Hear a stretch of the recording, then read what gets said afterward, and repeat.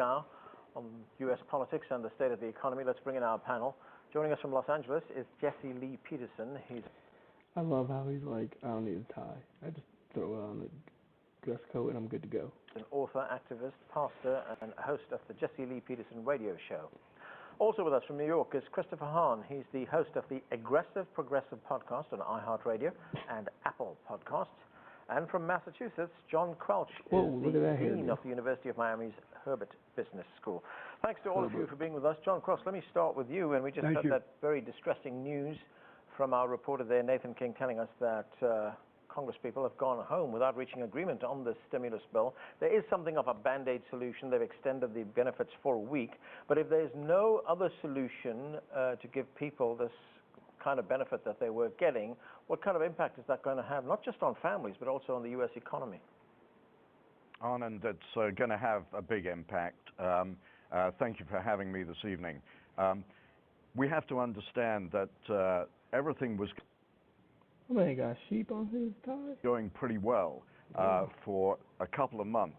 But then the patient had a relapse, and the patient was essentially released from hospital too early. And therefore, the last couple of weeks, we've seen an uptick in the continuing unemployment insurance claims. We've seen year-on-year credit card spending that had been creeping back up, now stalled out. And we've seen consumer confidence that was up in July, down in June. And so. Now, I know this was like a couple of years ago, but why do I feel like it's literally the same story being rewashed from what it is today? So throughout the economy, there is a measure of pessimism, and that can only be magnified by the impasse in Congress, because it's clear that 30 million, as the report indicated, 30 million consumers and households are hurting.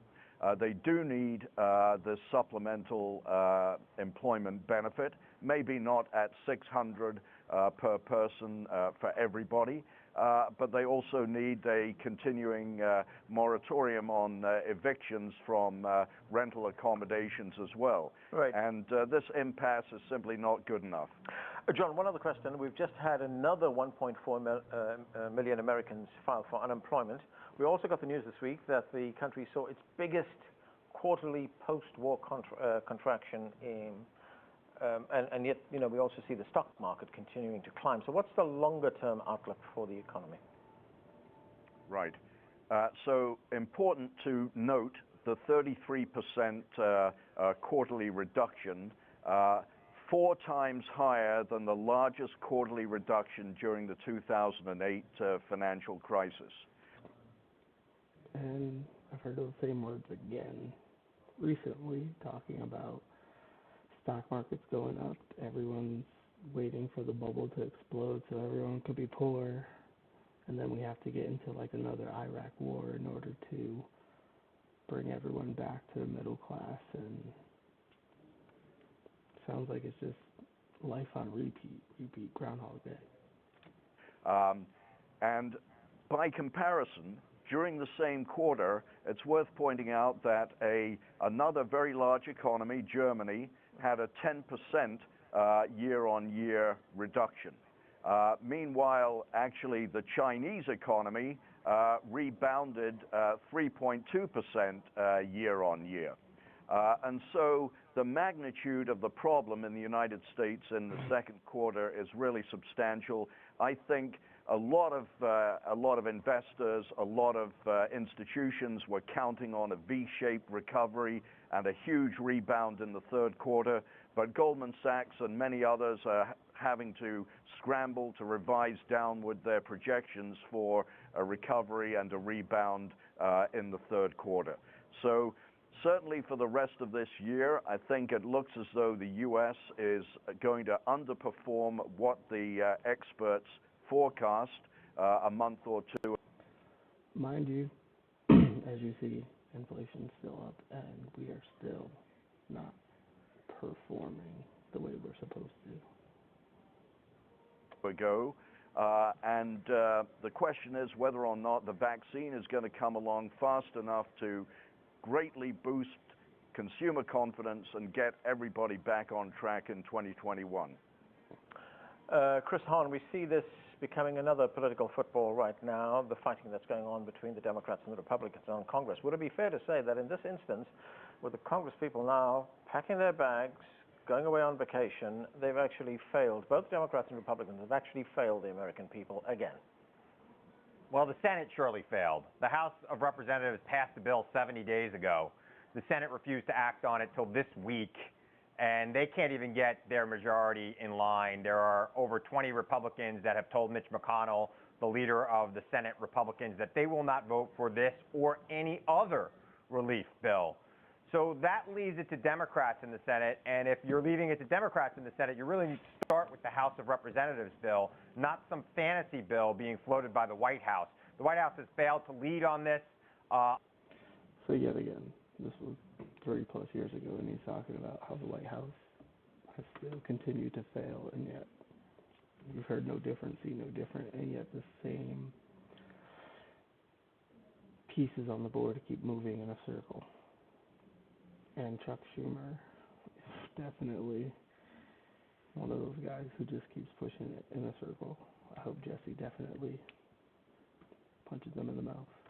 America has failed to lead the world on this crisis, and we are seeing the effects of that. So, no, I would not pass the blame around equally. The House of Representatives did their job. They passed a bill 70 days ago. The Senate has done nothing. Mitch McConnell is not a leader. He's just some guy who likes to play politics, and now is not a time for that. Now's a time for leadership. All right, Jesse Lee Peterson, what is your view on this? Welcome to the show, by the way. I mean, what is your reading of the situation right now? I think that all people know, all honest people know, that the coronavirus is not as serious as the children of the lie are pretending. The children of the lie are the liberal media, the Democratic Party, the right-on Republicans, the never-Trumpers, and the black race hustlers. They're holding the people in captivity because they want the great white hope out of office. And I call Donald Trump, our president, the great white hope. I love when he says that to people and you see their face just like, excuse you, what did you say? That's like, I'm saying stuff that he says now. Hilarious. This is a political issue, and it's about getting rid of Donald Trump. These people are liars. The situation is not as bad as they're pretending. They don't want the economy to recover. They don't want the people to go back to work because they want to blame Donald Trump. All right, but Jesse, they have election coming up, and they don't want to do it. We just saw a terrorist attack upon America by this far left radical Black Lives Matter and Antifa. Okay. And those people, they ran around, this is the burning problem buildings, with this country. destroying. We got guys like this. Let me finish. All right, one moment, Chris. How come everyone got to say their gibberish? He got to say his scholarly, blah, blah, blah, blah, blah. Then you got this podcaster who's like, this is what's wrong with people. Like, shush, let the man speak. You all had your turn. Why are you interrupting him because you don't like what he says? Let him finish. Let me finish. Hold on, buddy. And they went around destroying America, killing people, robbing and raping. Yeah. They had no mask on, no problem. The coronavirus discussion died down. And as soon as the attack on Jesse, let me ask you this. America Jesse, died down, now they're talking about the coronavirus. Jesse, let me ask you this. How can you say that the coronavirus pandemic is not as serious as the media makes it out to be when we have 150,000 people dead and 4.5 million people infected in the United States? Well, what you have to realize is that hospitals get money for lying about the coronavirus situation. No. So most people that go into hospitals today, they can go in for cancer, they can go in for other things. All right, these and the hospitals are lying and saying that, they died from coronavirus. All right, Jesse, these are verified numbers. Hold on, sir. Yeah. You're not allowed to interrupt me. Hold on. I didn't interrupt you. Hold on. And so the hospitals are lying about these stats, about these numbers. This is about getting rid of Donald Trump. Yeah. It's not about the people. The people, politicians would allow the people to suffer in order to get rid of Donald Trump. Yeah. That's what this is all about. All right, Chris, a quick response from you, and then I'm going to move on. Yeah, you want to know what the problem in America is right now, is that one party is captured by people like Jesse.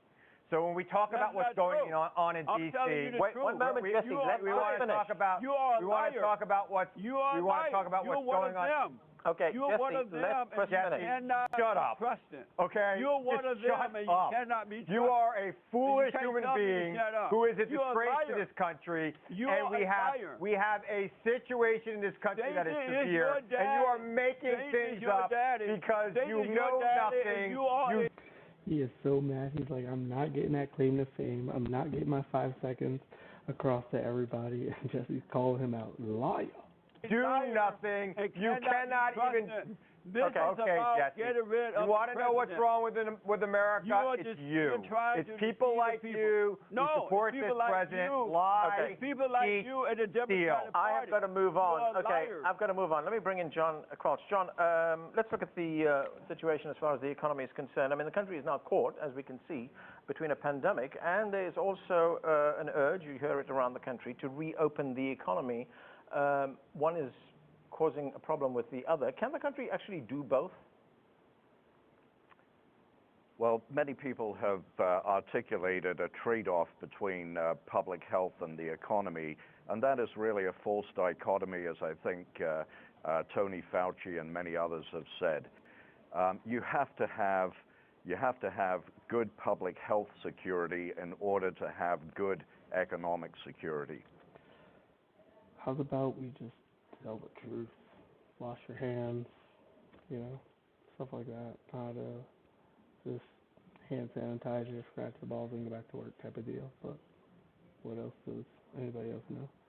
Not to mention, when I was younger, I was told, play in the dirt, get all the germs you can get so that your body would fight it off later. But I guess that science is fake too then. At the same time, it's clear that there are very significant costs to delaying reopening. Just take the arena of mental health, for example. Many families are in confined spaces, they're on top of each other, and all sorts of problems are arising as a result of that in terms of the learning quality that students can undertake in home learning, as well as other family members being in confined spaces with each other. So with this mental health type problem, there's an imperative to do everything we can to get back into classrooms and to reopen. But we can't do it if the statistics are working against us. And at the moment, in many states, the statistics are working against the legitimate scientific basis for reopening the economy. And that is why we have had to retrench. And that's going to cost the U.S. economy a tremendous amount of money. Not getting it right the first time is going to cost taxpayers for years to come. Okay. Chris Hahn, I want to move on to another development this week, and that is the president floating the idea of postponing the election because conditions would not lead to a fair and a free election and a transparent election. What do you make of what he had to say? I mean, that's what a loser would say when he's losing, right? Let's not play the game. The United States Constitution, the laws. Yeah, I don't know who this guy is, but this guy's a joke. I might gotta do some research on him, but he seems like just a tool. The United States will not allow the election to be postponed past November 3rd.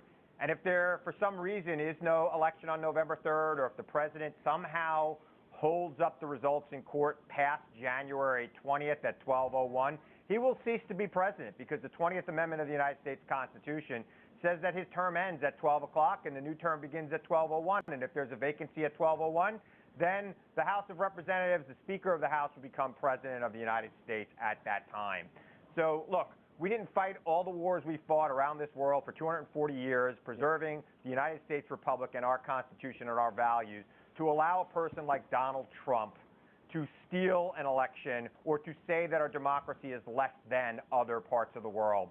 We believe in the vote in this country. There is no evidence to support anything that the president said, and his failure to lead, which the good professor just talked about here, about our economy and us not having a real strategy to fight the the virus, is why he's in the predicament he's in right now. He had an opportunity in March to take the realm, to take the lead on this, to fight this virus and to tamp down on it. Instead, he promoted conspiracy theories.